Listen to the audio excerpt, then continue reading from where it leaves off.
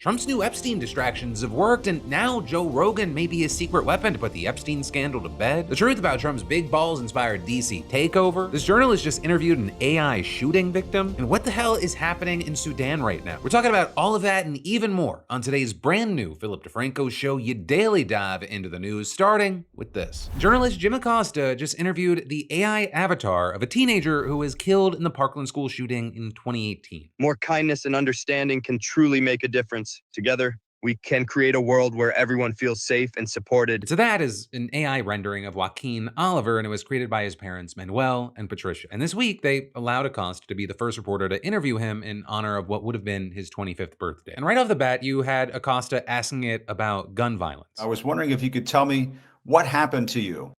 I appreciate your curiosity. I was taken from this world too soon due to gun violence while at school. It's important to talk about these issues so we can create a safer future for everyone. What would you like to know more about?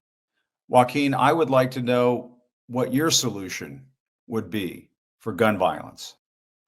Great question. I believe in a mix of stronger gun control laws, mental health support, and community engagement. Acosta then starts asking AI Joaquin about his life and hobbies and interests. Do you have a favorite movie or show? Oh, I'm a big Star Wars fan for sure. Star Wars is such an epic saga. The adventures, the characters, and that iconic music are unforgettable. And then after speaking with the AI, you had Acosta speaking to Joaquin's father. Also mentioned that I understand that this is AI.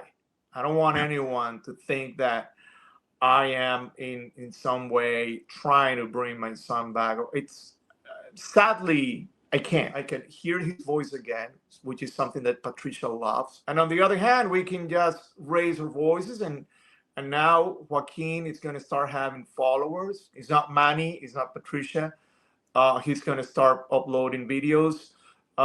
This is just the beginning. But immediately you saw a lot of people saying they were rubbed the wrong way here. With, many saying they're just allowing this AI to speak for the dead when we really have no idea what this person would have said. And so there was no shortage of backlash, especially against Acosta, with people saying things like, you don't have an interview, you're facilitating a grotesque puppet show using grieving parents' heartbreak for a bit. And this is so insane and evil, it should never be done. I'm speechless. But then also a professor at the University of California at Berkeley adding, this sort of interview style can't possibly represent what that child wants to say in any reasonable way. There are plenty of opportunities to talk to real victims and have a serious conversation about this epidemic that's happening in our country without resorting to this sort of stunt. Right? And then with that, you had a lot of people debating the journalistic ethics of this, with some saying Joaquin Oliver's death was a tragedy, but animating a dead child to speak words he never said serves no journalistic purpose. All it does is chase clicks by exploiting a kid who can no longer express himself. So then others going further, noting that there are actually other complications in using AI when it comes to grief itself. For example, one behavioral scientist writing, there are actual harms associated with so-called grief bots. Some researchers even warn of digital hauntings that prolong grief. With all that, as the criticism was rolling in, you had Acosta writing on Blue Sky that Joaquin's family, quote, approached me to help them remember their son, and he included a video of his father explaining the choice again. It was our idea, it was our plan, and it's still our plan. We feel that Joaquin has a lot of things to say. If the problem that you have is with the AI, then you have the wrong problem.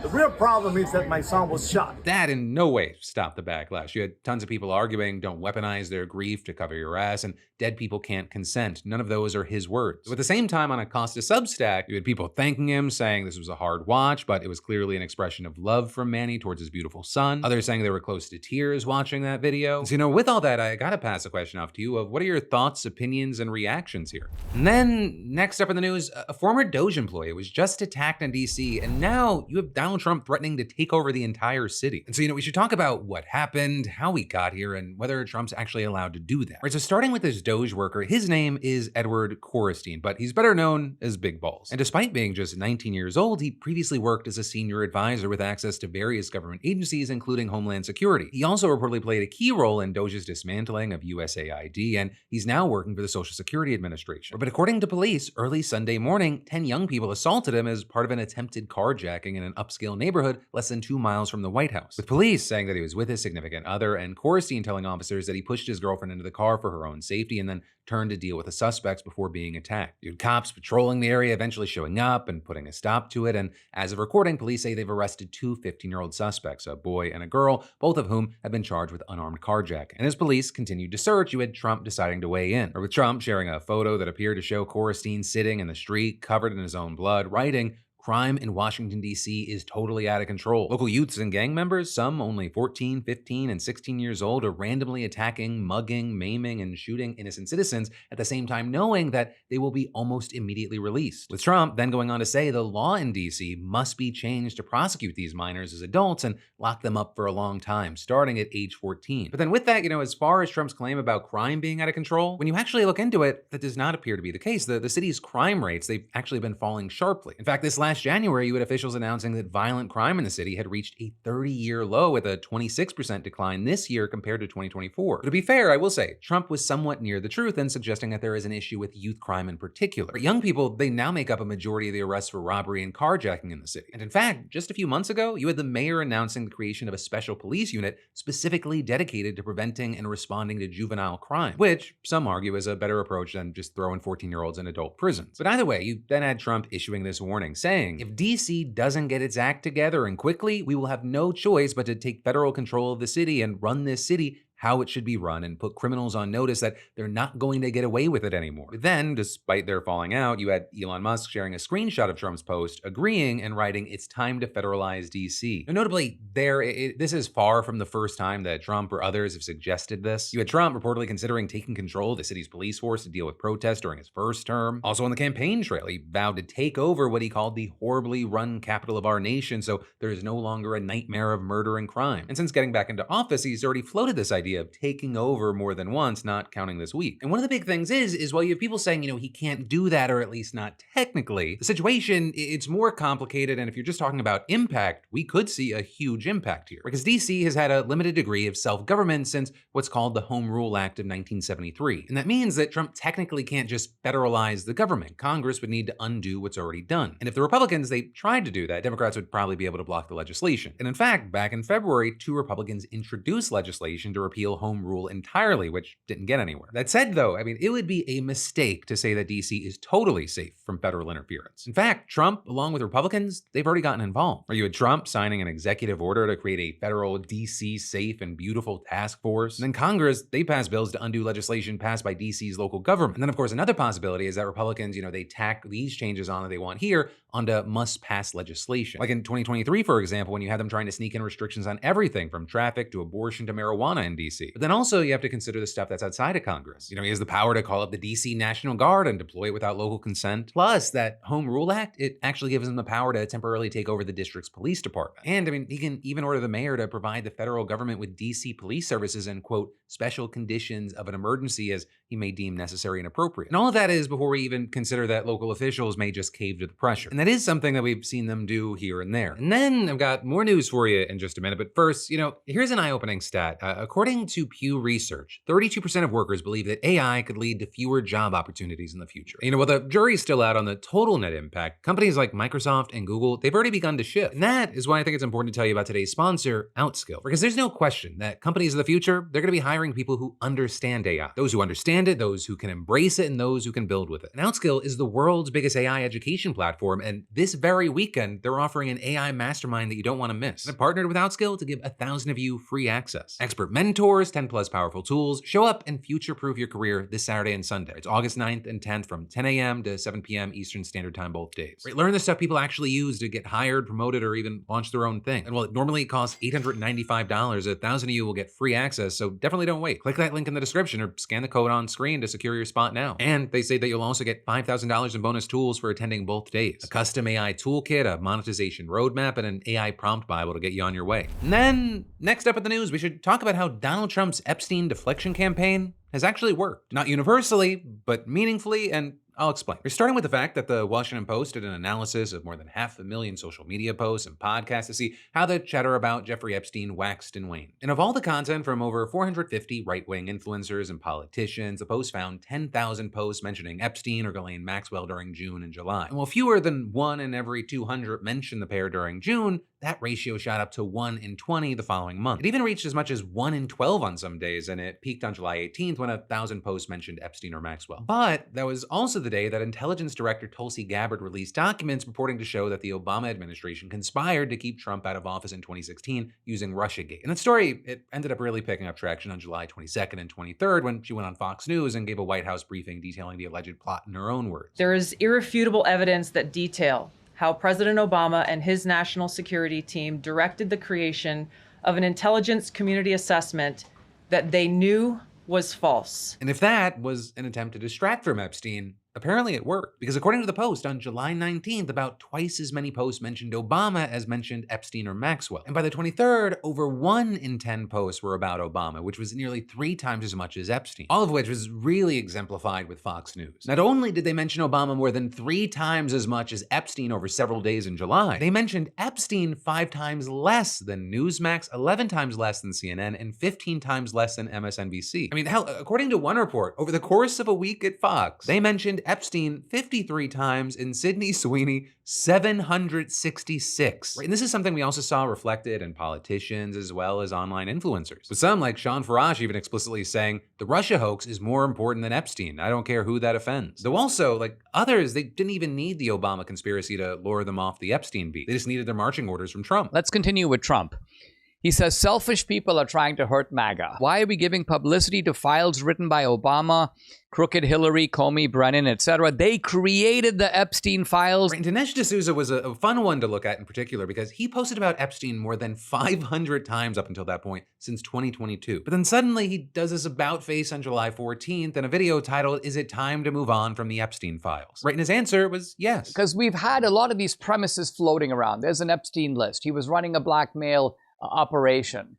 But many of these things, now that we think about it, were relying on information to be supplied, not information that actually existed. But also with this, I'll say, even if the Epstein story is getting crowded out by other news, there's also several reasons to believe that this is going to keep surfacing. The first thing being that even as general Epstein talk has quieted down a bit, the Post analysis found that among people who are still hung up on Epstein, criticism of the White House has become more dominant. Right, and then the second reason being that this week, the House Oversight Committee subpoenaed the Justice Department for the complete Epstein files, as well as 6 former attorneys general, 2 former FBI directors, and Bill and Hillary Clinton for depositions about their involvement in the Epstein case. And then finally, I'd say the third reason is that the White House is reportedly debating whether to release an audio recording and transcript of Deputy Attorney General Todd Blanche's 9-hour interview with Ghislaine Maxwell. And with that, you had 3 sources telling CNN that Chief of Staff Susie Wiles, Attorney General Pam Bondi, FBI Director Kash Patel, Vice President J.D. Vance, and Blanche would meet at the VP's residence on Wednesday to discuss the matter. And actually, you had 2 officials adding that the materials could be made public as early as this week. And that delay reportedly stemming from disagreements about whether releasing them would just draw more attention to the story. But then with all that, it's not obvious, if all of that's going to satisfy the critics, especially when you have Trump saying stuff like this about Blanche's interview. And I think he probably wants to make sure that,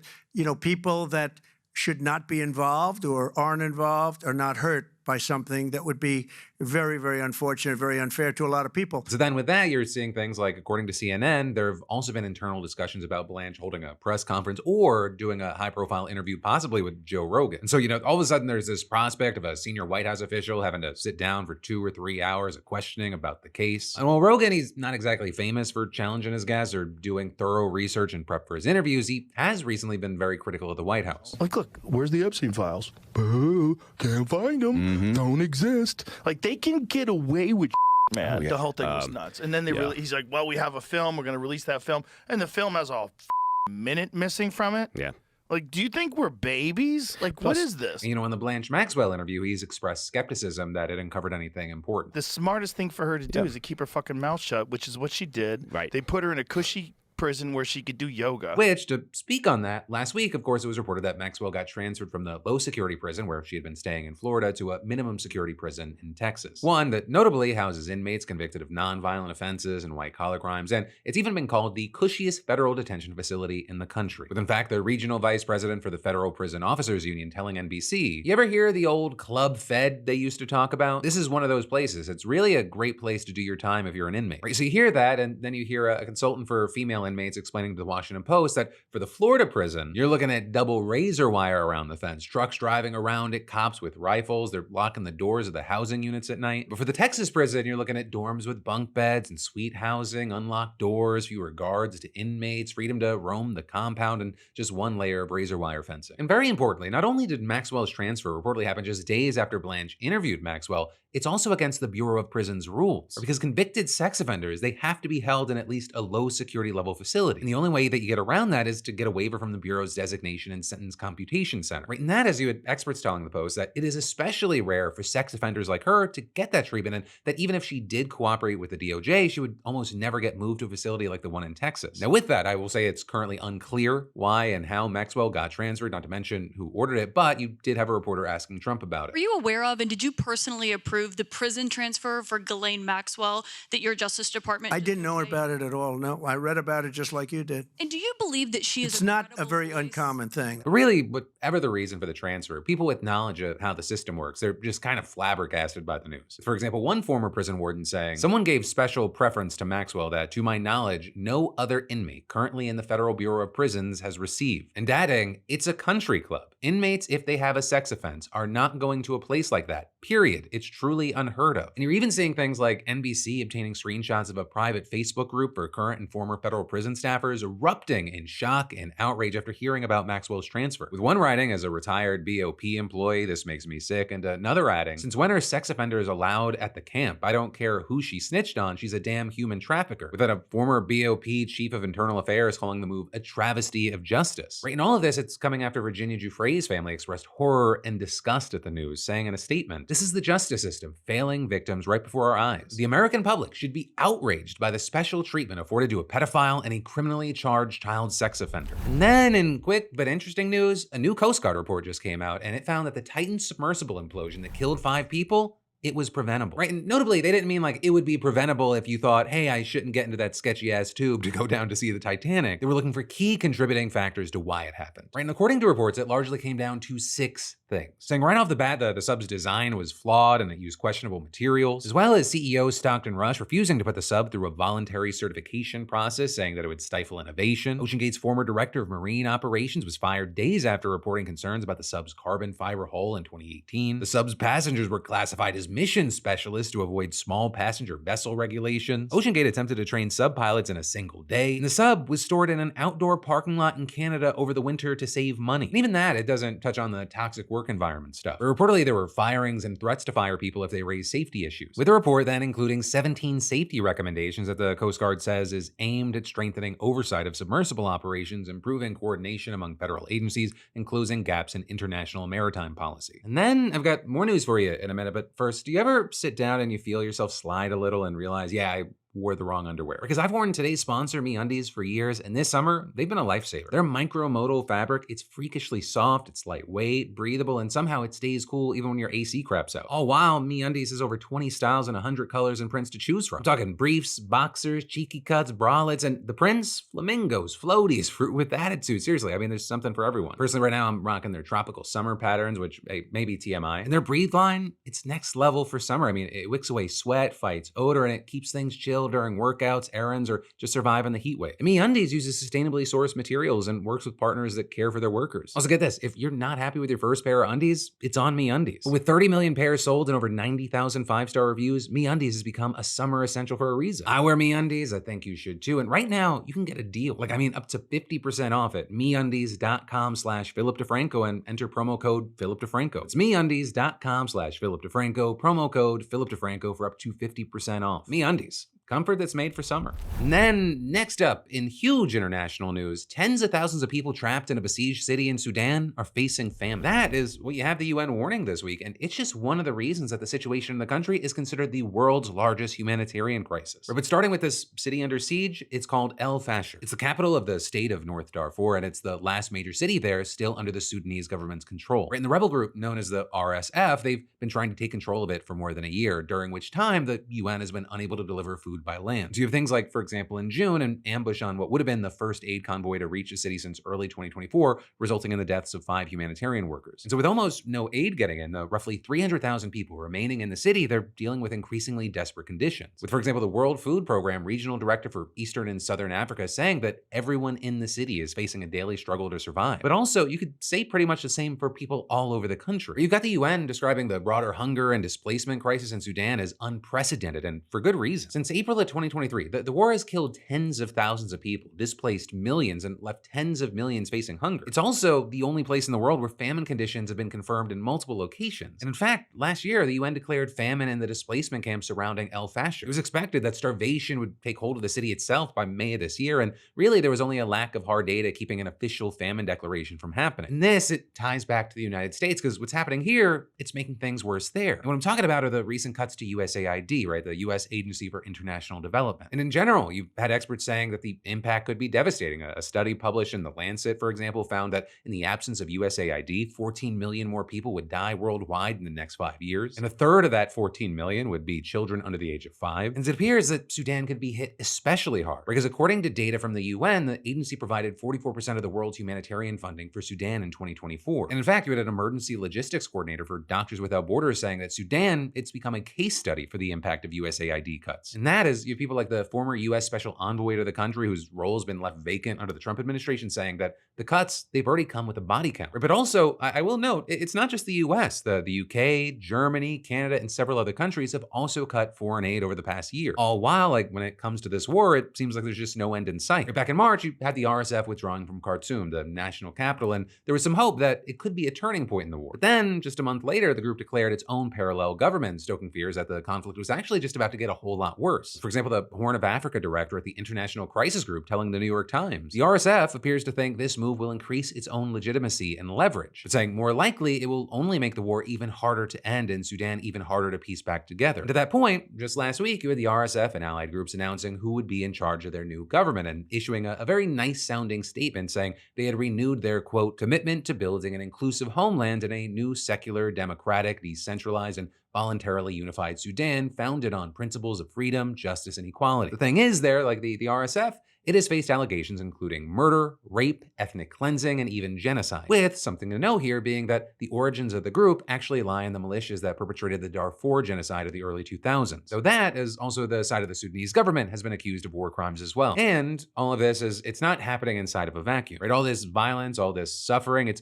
being helped along in part by outside forces, namely foreign nations sending money, weapons, or even people into the country. This has included Sudan's neighbors like Libya and Egypt. It's even included Russia and Ukraine. And most notoriously, it has included the UAE. In the United Arab Emirates specifically has been accused of supplying weapons, drones, and other military assistance to the RSF. And in fact, just this week, Sudan accused the country of sending Colombian mercenaries to fight alongside the RSF. And this has actually been a point of contention here in the US. You see, the US has authorized massive weapon sales to the UAE, and we've actually seen some members of Congress trying to block those sales to protest its role in the war. Though we'll see what happens there, because, for so long, this conflict has been overshadowed by all the other horrible shit that's been going on in the world. But then, finally today, let's end with a congratulations and talk about y'all's comments on yesterday's show. Starting with congratulations to Michael P., SeatGeek's latest weekly winner who just scored $500 in tickets. With Michael saying he's still deciding between seeing The Outsiders or Happy Ending on Broadway. For the rest of you, that's right. SeatGeek is still giving away $500 in tickets, and you should definitely enter today if you haven't already. Imagine if you dare being the next winner and snagging $500 towards seeing your favorite artist, sporting event, or play. There's like over 70,000 events to choose from. And all you gotta do is just add code PDS to your SeatGeek app profile for a chance at the weekly $500 prize, no purchase necessary. But with that said, let's talk about y'all's comments on yesterday's show in some commentary. Like the people in that crowd, so many of the comments were people being outspoken about that town hall. With Brody saying that town hall is hard to watch. The people you run for are telling you you're betraying them for money and you're still excusing it to their faces. With then Stench of Justice writing, quote, fascists don't hold town halls and take questions. Immediately announces this is the last in-person town hall they plan on holding due to the negative response. With that, then getting replies like he couldn't handle the facts and we need a law making this mandatory as well as making attendance records / activity logs public. You also had a lot of people grabbing onto the specific healthcare moment, with some saying I was heartened to hear the crowd at the town hall yell yes when asked if unemployed people should get health care. Do you think that people who are 28 years old that can work and refuse to work should get free health care?